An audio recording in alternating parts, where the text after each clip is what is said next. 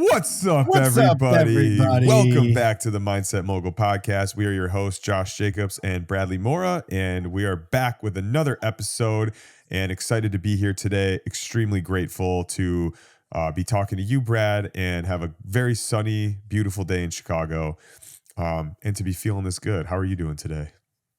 Dude, I'm great. It's a sunny, beautiful day in San Francisco as well. So, yeah.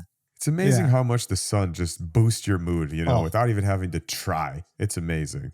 We ask you guys, by the way, at home to think about one thing you're grateful for before we jump into the episode, to put yourself in the right mind state and,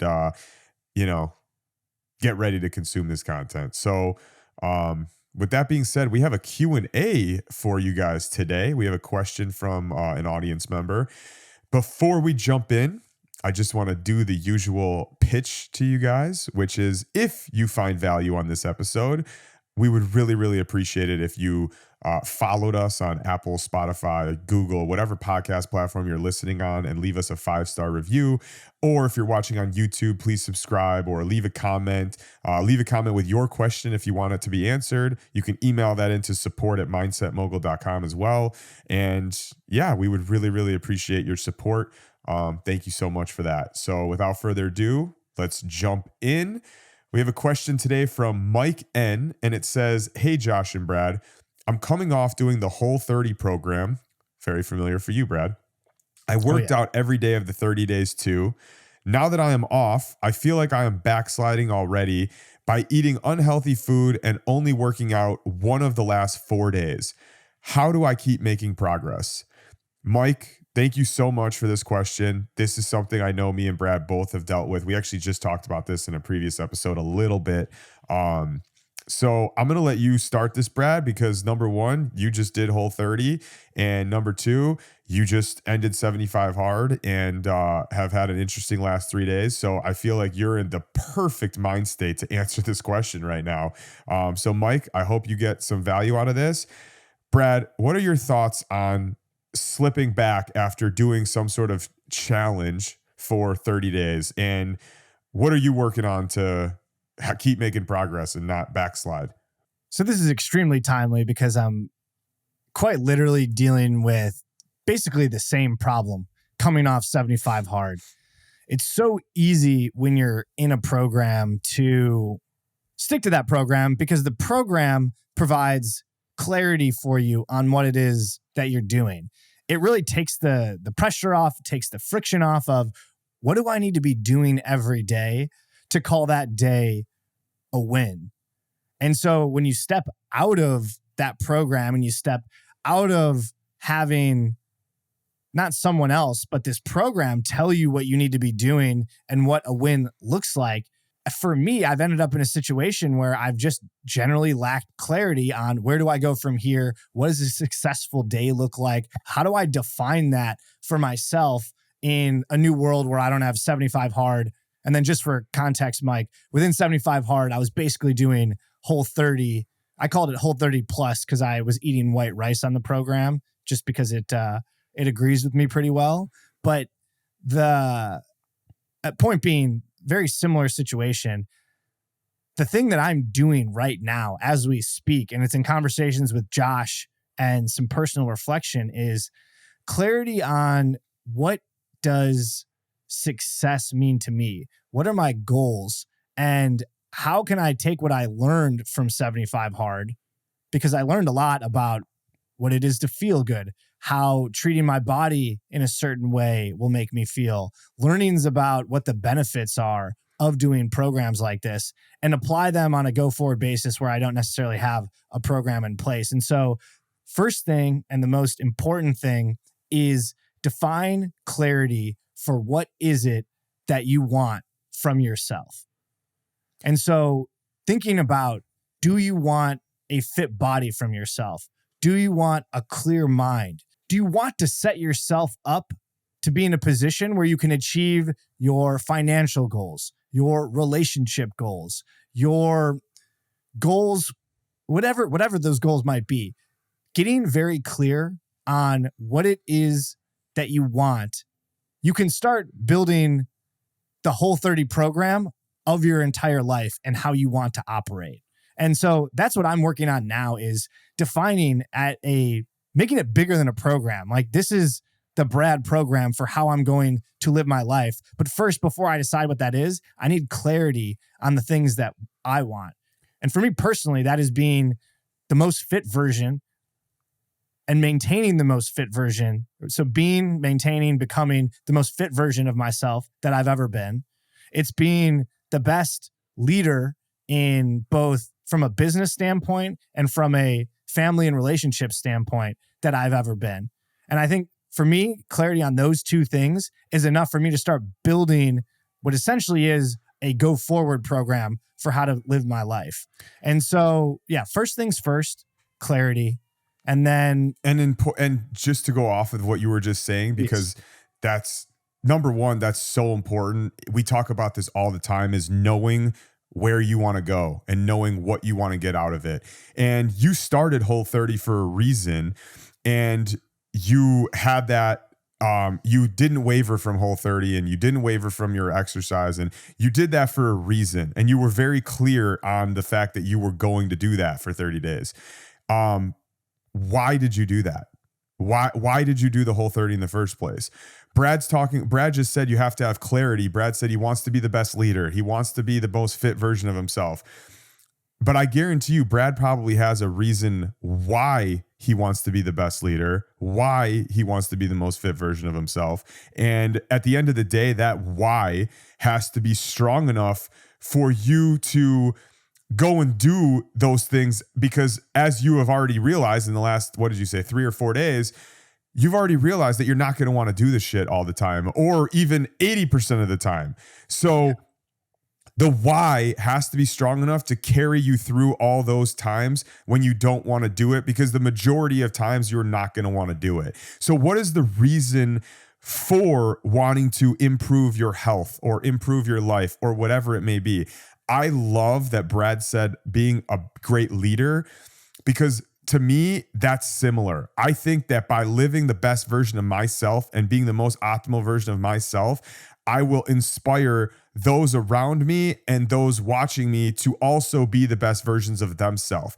How can I lead people or inspire people or make an impact on the world if I am not trying to constantly improve myself and be the best version of myself? That is what gets me up in the morning and what pushes me through on the days when I really, really don't want to do it. So what is your why, Mike? That is a very, very important question to define and understand extremely clearly, because it's going to be fucking hard. And you need a reason big enough to push you through. Is it to be a great example to your kids of what a healthy person is? Is it to be a great example to your spouse? Is it because you're dealing with health issues and you want to live here for a long time and you need to take care of yourself to live a long life? What is that reason? And is that reason strong enough to carry you through? I thought you said something that's really important there, along the lines of, so I think it's a foundational why. I try to look for constant theme. Like, I look for themes in what we're talking about. What is a thread that stays consistent in the things that we talk about? And when we talk about whys, I think there's something that no matter who you are, an incredibly powerful why to have, is just call it the foundation of your house, is bringing the best version of yourself to the world. Because in doing that, regardless of the why that sits on top of that, you will be able and better set up to accomplish that. If part of your why is, I want to bring the best version of myself to the world so that I can impact the most change via other people then being inspired to bring them the best version of themselves to the world. It allows me to show up in important moments for my family and be a role model for my kids. But to keep it simple for yourself, Mike, the first and most important thing in developing a why for yourself is, I want to do this so I can bring the best version of myself to the world. I think it's just a super easy idea to latch onto, and one that when you're doing something like Whole30 or whatever this go forward program you're going to put together for yourself is, it sets you up to bring that best version of yourself to the world. And so anytime that you feel like you're fading on clarity or you're fading on your why, I think coming back to, I'm here to bring the best version of myself to the world is such a simple concept to revisit that should bring that clarity back and present you with a foundational why so that you can go kick ass. Yeah. And it's like what you just reminded me of, the power of intention. It's like when you lack clarity or you lack why, you can tap into this invisible field of intention and know that it's out there for you to take. The 100% version of you is out there to grab onto. And all you need to do is, when you lack clarity and you lack the why, just, this is straight out of the book. So if you haven't read the book, it may not be relevant at the moment to you, but you just have to repeat the words intention, intention, intention, and understand that you can tap into this invisible field of intention at any moment, and it will propel you towards achieving the optimal version of yourself as soon as you intentionally tap into it. So you just made me think of that, and it's something that has been very helpful for me when I lack that clarity, is just repeating those words. The point you made is a really good one, because something in Mike's note that stands out to me, this concept of backsliding. And so when you're backsliding, there's a couple of interesting things to unpack there. And from my own experience and trying to evaluate, first, what is even a backslide? And that's why clarity is so important, because when you have this ambiguous backslide in your life, it's like, what are you backsliding from and what are you backsliding to? And if you don't have clear goalposts on what you want, what success and failure is, you don't really even know what like a backsliding is. You're just wandering aimlessly. And so I think the concept of backsliding, having clarity makes it very clear to define that you are backsliding, which makes it a lot easier to then go and start building intention not to backslide. So you define it first via clarity, but your point on intention it's extremely powerful, because I don't think there's a situation that you can actually be backsliding if you have 100% intention for something. If you have 100% intention to go be the best version of yourself, just by virtue of having that intention, you will prevent a backslide. And so instead of focusing on that I am backsliding, instead move your focus to, how can I be 100% intentional on becoming the best version of myself? Change the frame of reference to how you're thinking about what your problem is and how it is you're directing your attention. Put it on the solution, 100% intention. Don't focus on this concept of backsliding. And part of this, why and part of everything that we're talking about is you literally building a story for yourself. So we talk about backsliding, like one of the most interesting parts of my story and my narrative that I have for myself are all of the times that I backslid and how I came out of that. I mean, probably the most interesting parts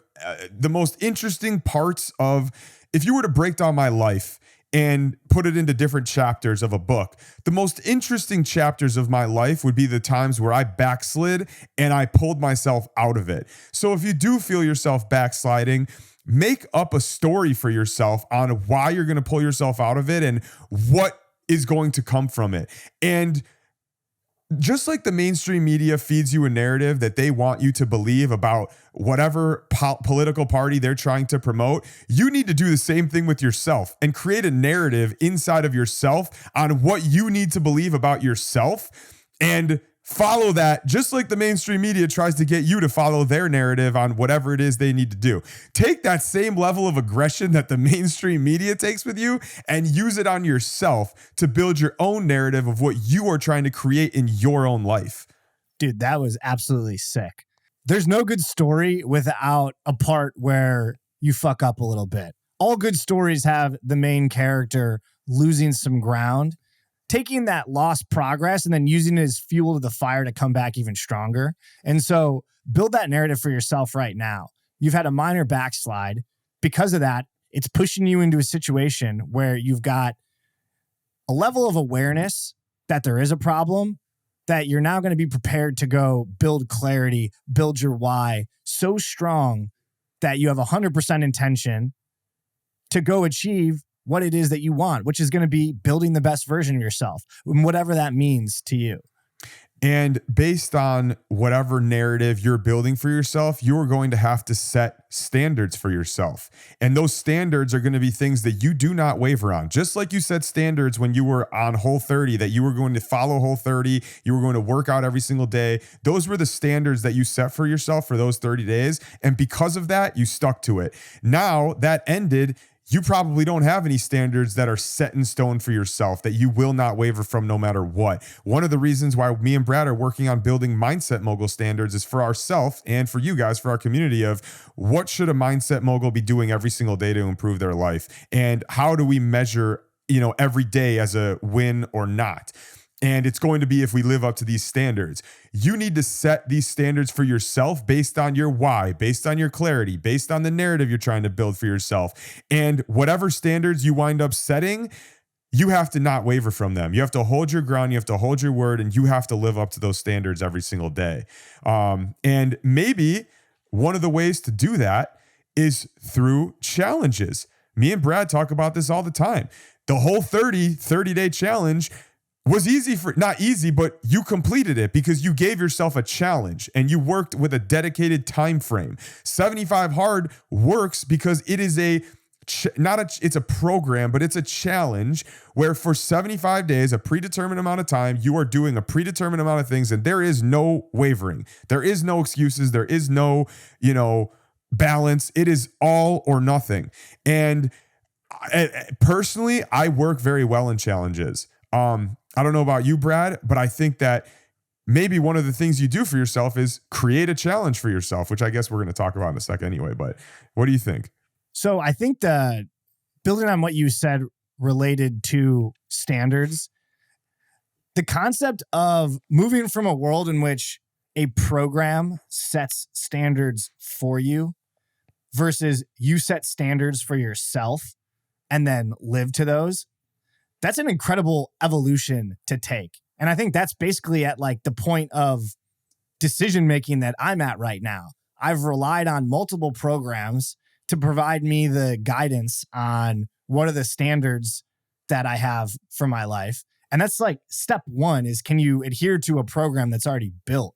But now taking the next step in evolution of becoming the best version of myself is deciding what it is that I want and then building standards and adhering to those standards as if they were a third-party program like I have been. But instead, they're rooted from inside of me. I think that that's an extremely powerful concept. And I'd say, Mike, you're basically at the same spot that I am, that you're at a critical point to decide, you can handle this. You did it via Whole30.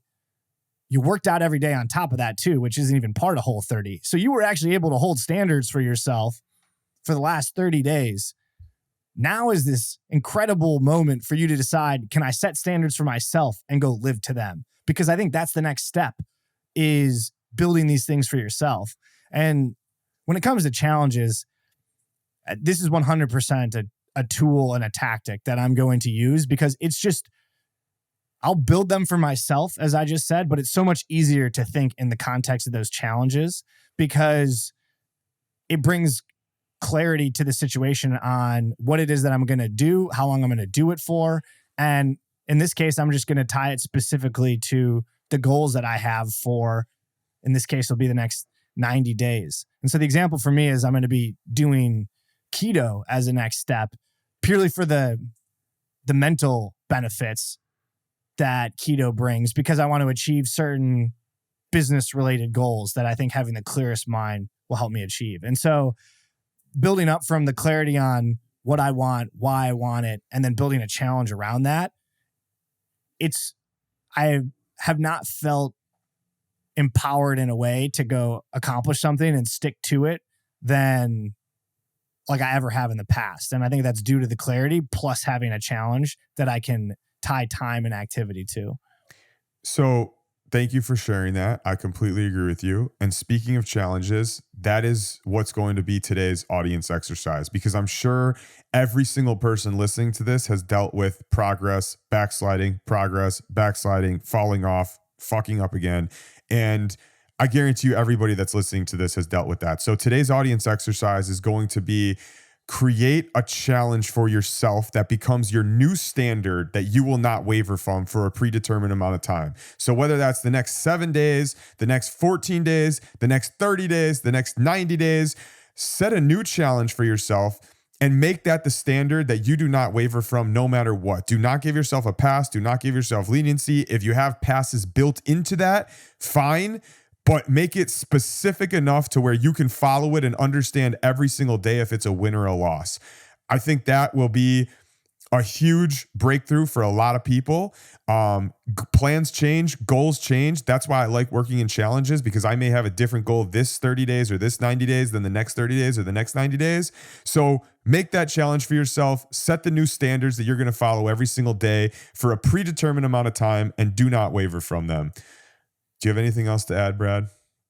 No, that was a mic drop. Perfect. All right. Well, thank you guys for listening, watching. We really appreciate you. If you got value out of today's episode, please follow us on Google, Spotify, Apple, wherever you're listening. Leave us a 5-star review. If you're watching on YouTube, subscribe there. Leave us a comment with your question if you would like it answered, or you can send that into support@mindsetmogul.com. We really, really appreciate you guys. Thank you so much for tuning in. Have a great day and see you in the next one. Take care. Take care.